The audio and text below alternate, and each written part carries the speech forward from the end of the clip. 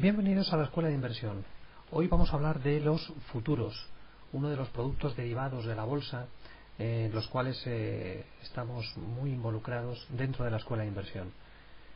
Por supuesto que hay muchos libros e infinidad de páginas web en las que encontrarás información detallada sobre su funcionamiento, legislación, historia. Nosotros por ahora necesitamos saber que se trata de un mercado derivado del mercado de la bolsa, en el que cotizan un conjunto de subyacentes que básicamente serán índices de algún tipo, materias primas y o paridad de monedas. ¿Por qué se llaman futuros? Porque hacen referencia a la cotización que se estima tendrán los diferentes subyacentes en un momento temporal futuro. Si yo soy fabricante de coches y estoy a enero del 2009, sé que en septiembre de ese año tendrán que tener listo N coches de cierto modelo y que para poder tenerlos listos deberé utilizar acero. A día de hoy sé el precio al que puedo comprar el acero, pero ¿qué pasará con mi margen comercial si el acero para fabricar esos coches lo compro en agosto y resulta que se ha encarecido? Posiblemente pierda margen comercial. Eso no me interesa, así que lo que busco es cubrir mis costes de fabricación por si acaso se diese esa subida de precios. Claro que el precio del acero también podría haber bajado de precio en el mes de agosto.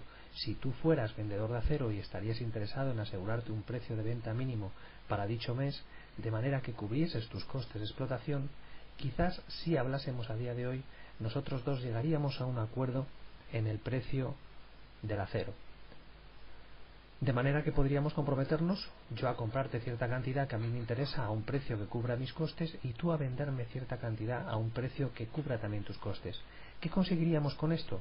Pues asegurarnos que aun que el precio del acero subiese o bajase, nuestros costes de explotación quedarían cubiertos. Esto es básicamente lo que es un contrato de futuros. Estos tipos de contratos, pues cotizan lógicamente en distintos mercados. Los más importantes serán el CME y el CBOT, Chicago Mercantile Exchange y Chicago Board of Trade.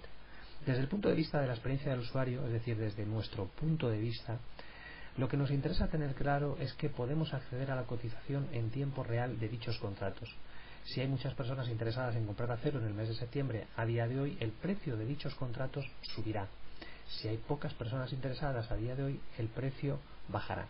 Es decir, habrá variaciones, los precios. Así nosotros podemos acceder a través de un programa informático, por ejemplo, al precio en que dichos contratos se venden ahora. Estos precios varían porque hay elementos en el entorno que hacen esperar que la demanda de dichos contratos varíe. Por ejemplo, si hubiera una guerra en ciernes, alguien podría pensar que se necesitaría más acero para fabricar armas. Luego los precios a los que cotizan dichos contratos cambiarían.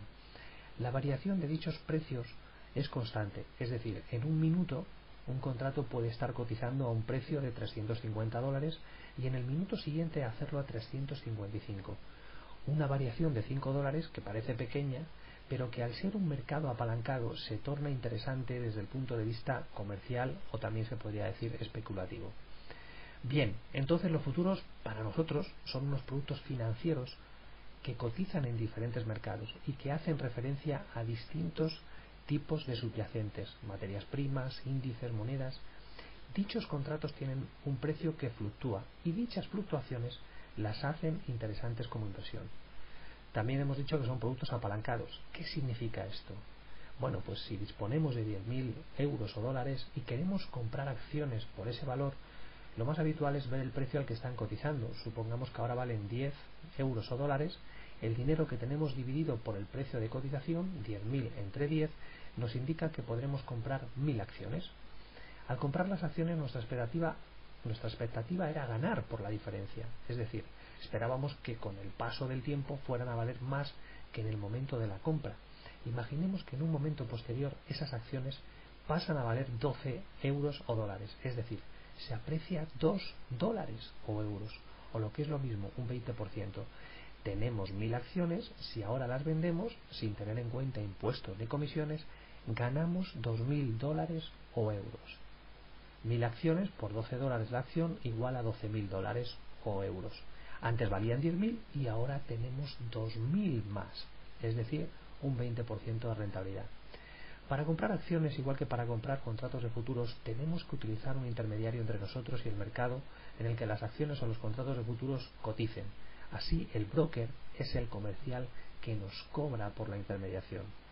Imaginemos, no obstante, que con esos $10.000 o euros de que disponíamos al principio, en vez de adquirir acciones, hubiésemos adquirido contratos de futuros. Al ser un producto apalancado, para ser propietario de todo el producto, solamente hubiéramos tenido que desembolsar una pequeña cantidad de valor total. Igual que si te interesa comprar una casa y pagas solamente una señal. Esto lo hace distinto de las acciones, donde para ser propietario hubiéramos tenido que pagar la totalidad. En un mercado apalancado, para ser propietario de un contrato, solamente tienes que desembolsar una parte del valor total. La parte que debes desembolsar está estipulada en función del tipo de contrato de futuros que adquieras, del mercado en el que cotice y del broker con el que trabajes. Supongamos que hay un índice financiero, un tipo de subyacente que encontraremos en los mercados de futuros y del que ya hablaremos en otras grabaciones, que actualmente vale $100.000 o euros. Tú solamente dispones de 10.000, es decir, de una décima parte del valor del contrato. Pero resulta que al ser un mercado apalancado, con que deposites esos $10.000 o euros, ya puedes ser propietario del total del contrato. Así que imagina que compras ese índice con tus $10.000 o euros y que ese índice aumenta de precio también en un 20%, igual que las acciones del ejemplo anterior. En este caso, el contrato que valía $100.000 o euros pasa a valer un 20% más, es decir, pasa a ser de $120.000 o euros. Si en ese momento tú vendieses el contrato, sin tener en cuenta las comisiones ni los impuestos, ¿qué rentabilidad habrías obtenido? Vendo por 120.000 algo que estaba valorado en 100.000, así que obtengo 20.000 de plusvalía. Para hacer la operación habías puesto solamente 10.000, acuérdate que te estás apalancando. Si has obtenido tus 10.000 iniciales y además 20.000, eso significa que has obtenido una rentabilidad de un 200%. Esta es una de las cosas que hace interesante a los futuros. Al ser mercados apalancados, con una pequeña parte que desembolse, eres propietario de la totalidad de un subyacente que puede fluctuar rápidamente. Si lo hace a favor de tu posición, puedes obtener una rentabilidad muy elevada. Si lo hace en contra de tu posición, lógicamente puedes arruinarte. Como dicen los taoístas, en cada fortaleza yace la debilidad. Así que los contratos de futuros tienen una elevada potencialidad, pero son potencialmente peligrosos. El peligro no procede en sí mismo de los contratos de futuros, sino de las personas que los manejan. Muchas personas se lanzan a hacer cosas para las que no están preparadas. Entre estas cosas está el comprar o vender acción, también bienes inmuebles. ¿Conoces a alguien que haya perdido dinero con la compra-venta de acciones? Es fácil conocer a más de uno. Si averiguas cómo tomaron la decisión de introducirse en dicho campo, es poco probable que te den razones sólidas, justificadas, fundamentadas. La mayoría de los inversores en acciones no sabe lo que está haciendo. Actúa por corazonada, o por corazonadas, o por opiniones. No conoce los elementos mínimos necesarios para cubrirse las espaldas. Sería como pretender pilotar un helicóptero por intuición, siguiendo tus corazonadas o los consejos que te dé un cuñado o un familiar. Si eso pasa con el mundo de las acciones, sobre el que la mayoría de la gente ha oído hablar, del que se comentan cosas en los telenoticias y en la prensa, que no está apalancado, imagina qué puede pasar si operas con contratos de futuros. Sin saber lo que haces, te estás condenando a perder. No es que los mercados se confabulen en tu contra, es que estás haciendo algo para lo que no estás adecuadamente preparado. Hay gente que pilota helicópteros todos los días, pero no hay gente que lo haga sin haber hecho antes los deberes. Lo que quiero que quede claro es que los futuros son potencialmente interesantes, pero que necesitas un conjunto de conocimiento específico para poder tener alguna posibilidad de aprovechar esas rentabilidades. Hay que comenzar con los hechos, y es un hecho que el 95% de las personas que lo intentan fracasan. ¿Por qué ibas a ser tú la excepción? Me explico, la gente que llega a los futuros está generalmente por encima de la media. Suelen tener estudios, una carrera profesional previa exitosa y dinero que no necesitan para pagar la hipoteca. Y no obstante ese pasado, con todo esto que les ocurre, aún así pierden. ¿Por qué ibas a ser tú diferente? Jugar en un juego con las probabilidades tan marcadamente en contra parece tener poco sentido, y a pesar de ello el mercado de futuros sigue siendo una opción que consideramos en la escuela de inversión muy interesante.